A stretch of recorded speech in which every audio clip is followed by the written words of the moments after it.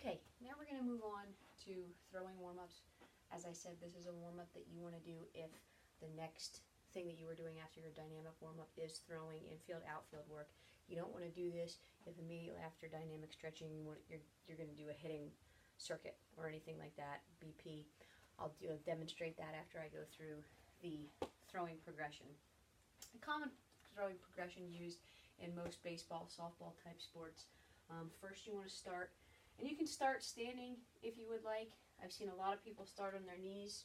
All right, when I'm right-handed, I'm on my right knee, putting my arm up at 90 degrees, and it's just a simple wrist snap with the ball, throwing to your partner, right, throwing back and forth, catching, getting set back up, making sure that elbow's at 90 degrees, snapping the wrist, getting that forearm ready for the throwing motion. So that would be the first step in the throwing progression.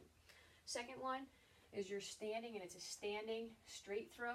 So I'm standing facing my partner, legs wider than shoulder width apart, here with my glove, pulling my arm all the way back into the throwing position, elbow up.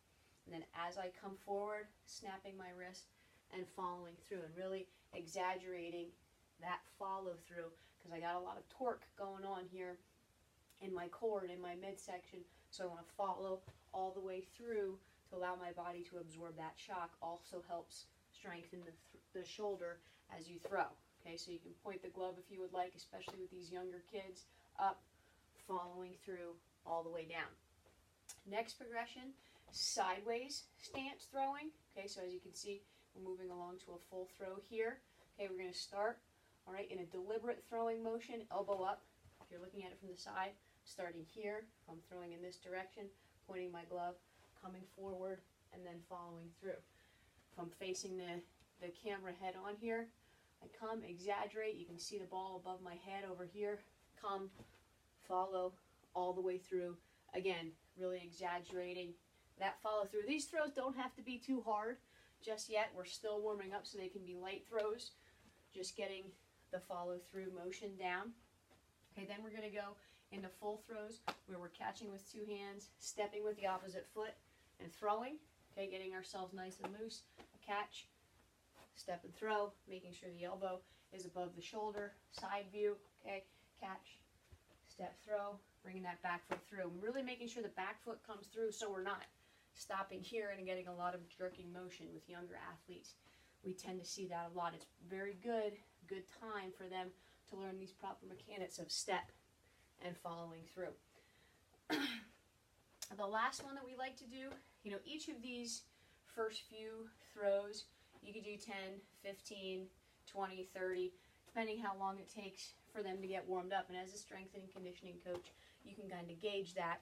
Make sure they're not throwing too hard once you get through those first few, okay, especially, after the wrist snap, can't throw that real hard. But when we're here, okay, getting ourselves warmed up, and then the side stance and coming through, and then our full throws.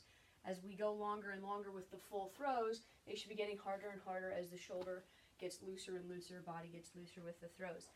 The last one, and this is, again, we're talking about 11 and 12-year-olds, they should know how to crow hop at this point. Okay, a crow hop in baseball is if you're making a long throw, you're stepping to the side, coming all the way through, it would be a long toss. So the partner, you're throwing probably about 60 feet, okay, when you're warming up your full throw. All right, gradually moving back as you progress through all of these throws. Your last one, you could probably make it 65, 70, 75 feet with this age group, but really exaggerate the following through where they're crow hopping and coming all the way through. We call this a long toss progression. And these, they should be no more than 10 throws, again, because it's a harder throw for them. Okay, but you're doing the full crow hop, making it a long toss, and again, exaggerating the follow through, building the strength in that shoulder muscle as you throw. So again, short distance for the wrist snaps, okay, short distance for the full facing, okay, you can start to move back a little bit more. Side stance throws, okay, when you're going a full motion, you should be at 60 feet of the base pass. Then we get longer, 60, 75, and maybe 80 feet where we're doing a long toss, crow hop, really letting the arm hang all the way out, get it up real high, throwing it as far as they can, essentially. The goal is to get it to their partner in the chest or on one bounce. But that would be the final throwing progression. Okay, the good long toss throw. Once you think that they're loose or the kids feel loose at this point, if they're on a youth travel team, they know when that is. Make sure it's sufficient time. Then you can move on to your infield, outfield drills. Hitting. So if your next station is hitting, all right, get yourself loose for that. Okay, you can do a couple different things just before you get started. One of the things I like to do, just wrist turns here. Getting the forearm, elbow ready for batting. Okay, you do it in each hand a couple times. Okay, maybe 10 times total. All right, and then I like to hold the bat. Okay, turn out to the side. You can see if I step back a little bit here and I turn, I'm coming up on my toes. Okay, getting my body a little bit looser, getting my core, my hips, everything a little bit looser, getting ready to swing since this is part of the swinging motion. All right, do that maybe 10, 15 times. Loosen up the back. Okay, then from there, okay, I have a short ceiling here, so I'm going to choke up on the bat a little bit so I don't hit it. With both arms, you want to start with a swing. Okay, swinging around, full extension of the arm. Choke up a little bit here on the bat. All right, and then in both directions, so I go backwards 5 times, forwards 5 times, same thing on the other side. All right, 5 times forward on the left, 5 times forward on the right. Okay, then we're about ready to move into a swinging motion. Okay, we've got our arms loose, we've got our hips loose, and here I like to just fully swing out.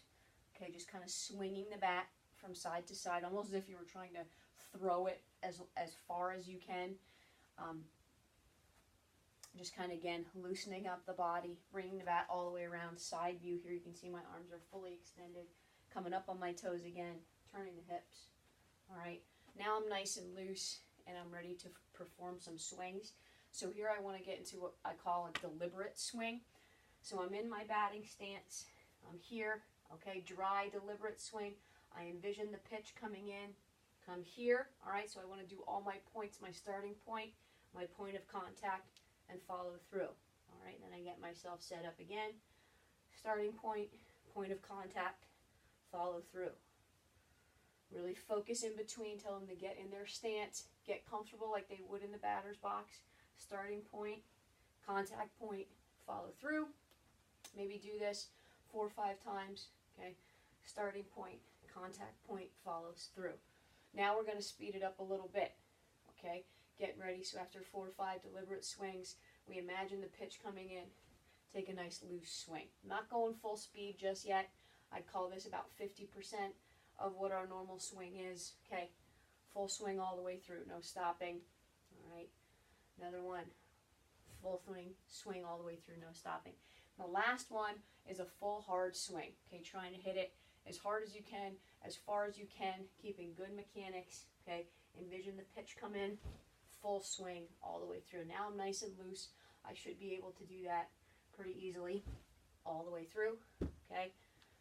Maybe 4 or 5 of these. You don't have to do a ton because you're going to be taking most likely a lot of swings in your practice, okay?